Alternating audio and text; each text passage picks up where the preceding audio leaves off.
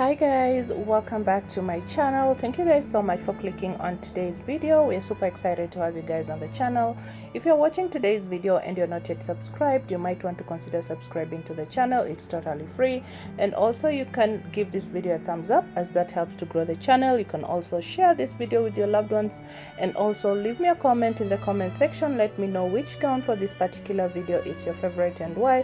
And if you want to know where these gowns are from, always be checking in the description box. We'll sure share with you guys where you can get these stunning gowns from.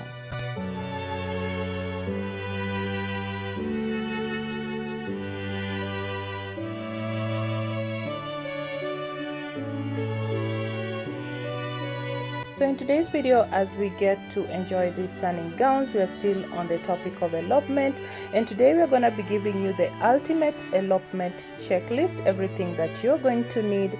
Logistically, eloping is much easier than planning a full-blown wedding. You don't have to worry about securing huge venues with caterers or sending out invitations to thousands of guests or hundreds of guests. The opinion of your family and friends don't matter. You and your partner get to call the shots fully.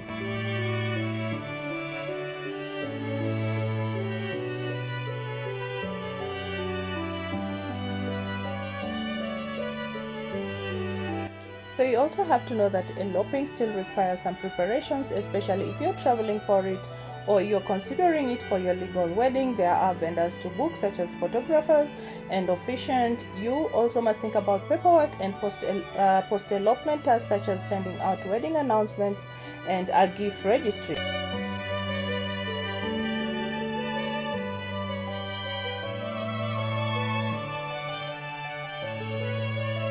First and foremost, we're gonna start by talking about logistics and paperwork. If this is your legal wedding, you're going to need a marriage license. Every state and county requires different documents or procedures. Some allow you to self-solemnize, which means that you can marry each other without an officiant. Some require no witness, and others require an apostille and a waiting period. It truly varies depending on where you're planning to elope, so we recommend checking with the local government of your elopement destination.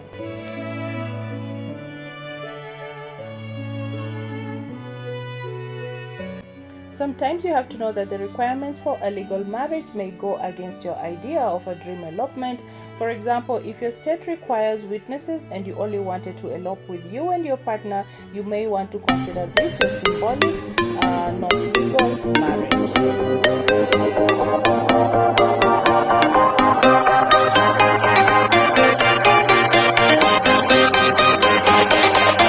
It is also important to note that if obtaining the marriage license becomes difficult due to office hours or availability, you can always be legally married in your home state and have a symbolic ceremony in other destination. And you have to research the requirements in your state and county to get a marriage license. If your state requires an officiant, you have to secure one for your elopement.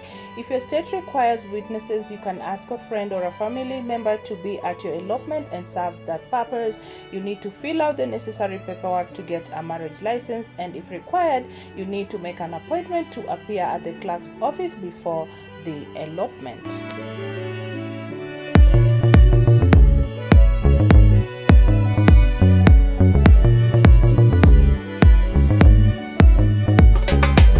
Let's talk about travel and accommodation.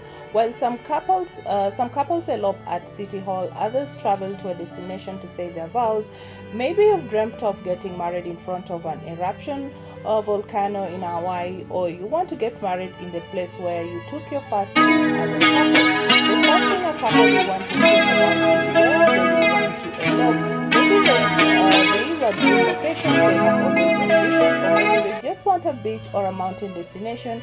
Either way, finalizing your location is definitely the best first step. For many couples, arranging an elopement is just like planning a big trip. You have to make your reservations for your accommodation and any restaurant or activities.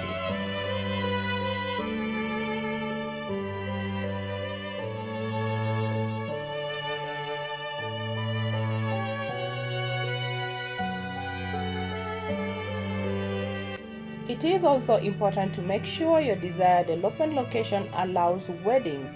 Permit fees can also vary, so that is important to note when you're picking up a venue. Receiving the correct permitting is vital to ensure that you are following the correct requirements, especially on public lands, in order to respect the beautiful lands that we have. So you need to discuss as a couple where you want to elope. You need to research if that destination allows wedding, and if so, how to get a permit. Remember, public parks usually require permits to have a legal ceremony.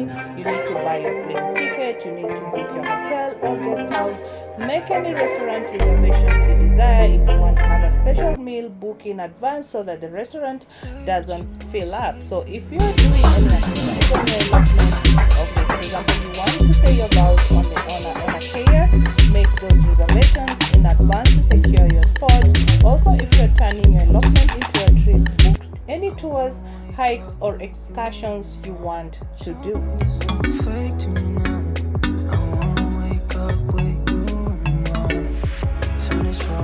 So let's talk about vendors. Many couples have vendors at their elopement. Maybe you want a photographer to capture your victory or a chef to prepare a celebratory meal. It is important to think about your vendors and which ones are vital for you to have.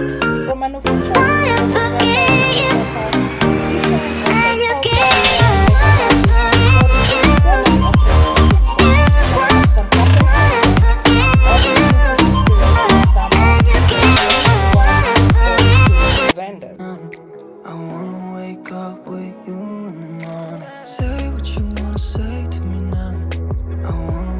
You also have to remember the choice is up to you. At the end of the day, it's all about what the two of you want and envision. There's so many things to consider when you're planning your elopement, but at the end of the day, it should include anything that you think will be important and memorable to the two of you.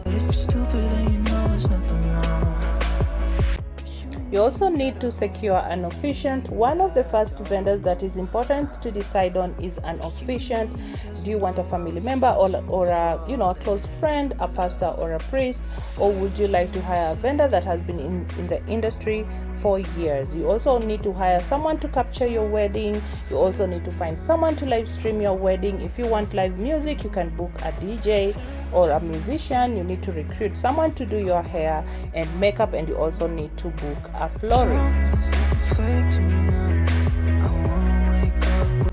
So guys, I just want to thank you so much for watching today's video. I hope that you find this video useful in one way or another. And guys, if you're watching and you're not yet subscribed, it's totally free to subscribe. Give the video a thumbs up, and also you can share this video with your loved ones, and also leave me a comment in the comment section. Let me know which gown for this particular video is your favorite and why. And I hope to see you guys on the next one.